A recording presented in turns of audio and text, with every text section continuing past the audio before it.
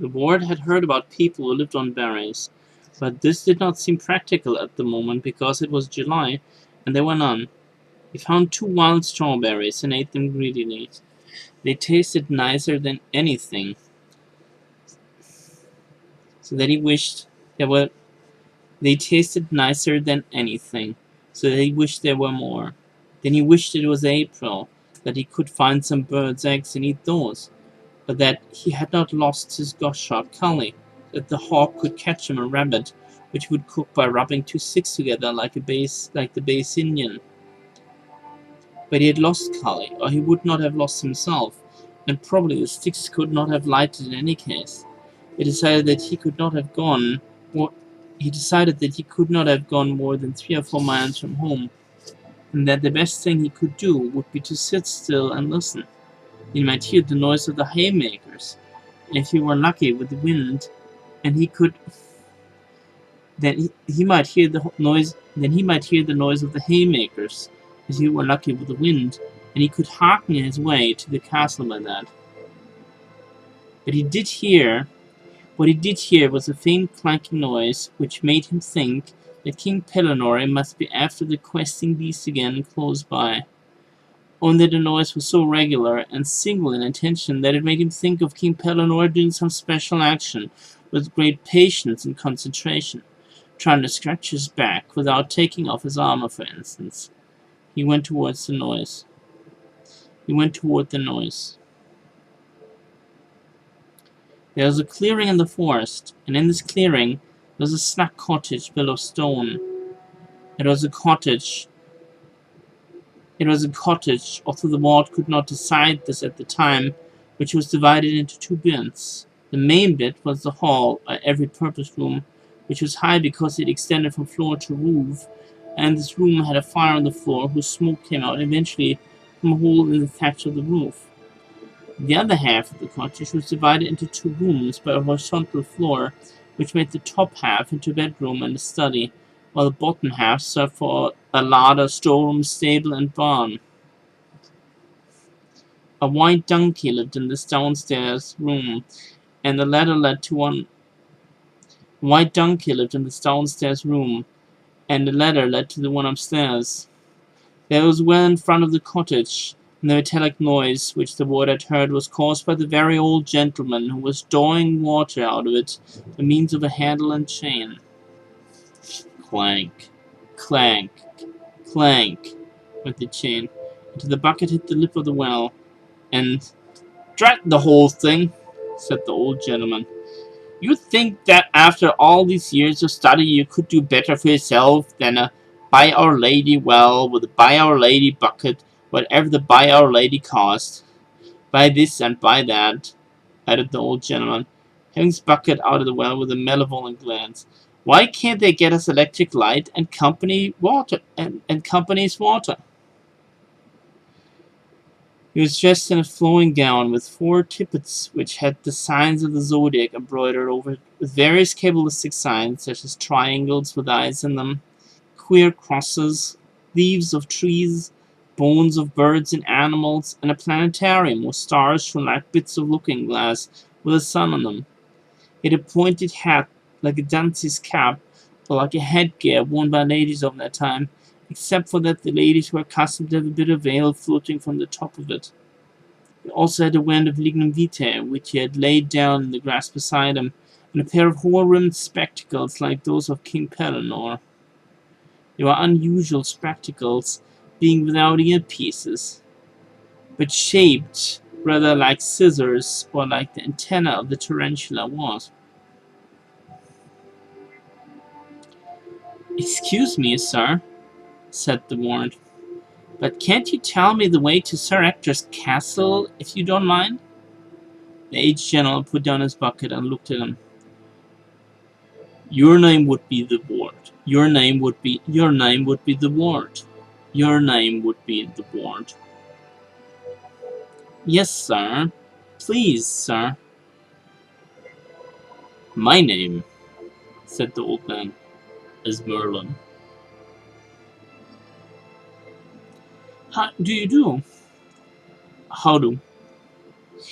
When these formalities had been concluded, the ward had leisure to look at him more closely. The magician was staring at him with a kind of unwinking and benevolent curiosity which made him feel that it would not at all be rude to stare back, no ruder than it would be to stare at one of the garden's cows who happened to be thinking about his personality as she leaned her head over a gate.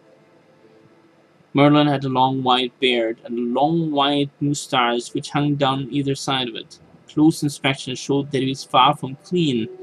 It is not that he had dirty fingernails or anything like that, but some large birds seemed to have been nesting in his hair. The ward was familiar with the nests of sparhawk and goose, the crazy conglomerations of sticks and oddments which had been taken over from squirrels or crows, and he knew how the twigs and tree foot were splashed with white newts, old bones, muddy feathers, and castings. This was the impression which he got from Merlin. The old man was streaked with the droppings over his shoulder, among the stars and triangles of his gown. Among the stars and triangles of his gown, and a large spider was slowly lowering itself from the tip of his head as he gazed and slowly blinked at the little boy in front of him. He had a worried expression, as though he were trying to remember some name which began with Shawl, but which was pronounced in quite a different way. Possibly Menzies. Was it Delziel? His mild blue eyes, very big and round under tarantula spectacles, gradually filmed and clouded as he gazed at the boy, and then he turned his head away with a resigned expression, so it was all too much for him after all. "Do you like peaches?" "Very much indeed," said the ward, and his mouth began to water so that it was full of sweet soft liquid. "They are scarcely in season," said the old man reprovingly, and he walked off in the direction of the cottage. The ward followed him, since this was the simplest thing to do, and offered to carry the bucket, which seemed to please Merlin, who gave it to him, and waited while he counted the keys, where he muttered and mislaid them, and dropped them in the grass. Finally, when they had got their way into the black and white home, with as much trouble as if they were burgling it, he climbed up the ladder after his host, and found himself in the upstairs room. It was the most marvellous room they had ever been in. There was a real cork and drill hanging from the rafters, very lifelike and horrible, with glass eyes and scaly tails stretched out behind it. When his master came into the room and winked one eye in salutation, although it was stuffed, there were thousands of brown books in leather bindings, some chained to the bookshelves and others propped against each other, as if they had had too much to drink and they did not really trust themselves. They gave out a smell of must and solid brownness, which was most secure. Then there were stuffed birds, popinjays, and magpies, kingfishers, and peacocks with all their feathers but two, and tiny birds like beetles and reputed phoenix, which smelled of incense and cinnamon. It could not have been a real phoenix, because there's only one of these at a time. There's only one of these at a time. Over by the mantelpiece there was a fox's mask, with Grafton, Buckingham to Daventry, 2 hours 20 minutes written under it, and also a 40-pound salmon with awe, 43 minutes, bulldog written under it, and a very lifelike basilisk, with Crowhurst otter hounds and Roman print. There were several boar's tusks, and the claws of tigers, and leopards mounted in symmetrical patterns, and a big hat of Ovis Poli, 6 live grass snakes in a kind of aquarium, some nests of the solitary wasp, nicely set up in glass cylinders, an ordinary beehive whose inhabitants went in and out of the window unmolested, 2 young hedgehogs in cotton wool, a pair of badgers which immediately began to cry "Yick, yick, yick, yick," in loud voices as soon as the magician appeared, 20 boxes which contained stick caterpillars, and 6 of the pasmals, and even an oleander that is worth 6 pence, all feeding on the appropriate leaves, a gun case, all sorts of weapons, with which would which would not be invited for half 1,000 years. A rod box ditto, a chest of drawers full of salmon flies, which had been tied by Merlin himself, another chest whose drawers were labelled Mandragora, Mandrake, Old Man's Beard, etc., a bunch of turkey feathers and goose quills for making pens, an astrolabe, 12 pairs of boots, a dozen purse nets, 3 dozen rabbit wires, 12 corkscrews, some ants' nests between 2 glass plates, ink bottles of every possible colour from red to violet, darning needles, a gold medal for being the best scholar at Winchester, 4 or 5 recorders, a nest of field mice, all alive, or 2 skulls, plenty of cut glass, Venetian glass, Bristol glass, and a bottle of mastic varnish, some Satsuna china, and some Clausen, the 14th edition of the Encyclopaedia Britannica, marred as it was by the sensationalism of the popular plays, 2 paint boxes, one watercolor, 3 globes of the known geographical world, a few fossils, the stuffed head of a camelopards, 6 pismiers, some glass retorts with cauldrons, Bunsen burners, etc., and a complete set of cigarette cards depicting Wild Fall by Peter Scott.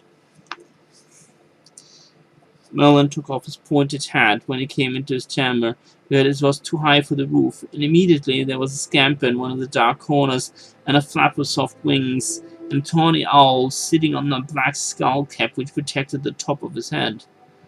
"Oh, lovely owl!" cried the ward.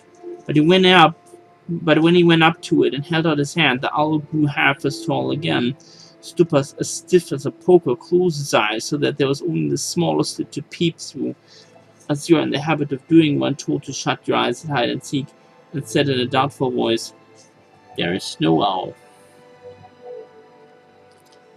Then it shut its eyes entirely and looked the other way. "It is only a boy. It is only a boy," said Merlin. "There is no boy," said the owl hopefully, without turning round. The ward was so startled by finding that the owl could not talk that he forgot The ward was so startled by finding that the owl could talk that he forgot his manners and came closer still. At this the bird became so nervous that it made a mess on Merlin's head. The whole room was quite white with droppings, and flew off to perch on the farthest tip of the cock-and-rill's tail, out of reach.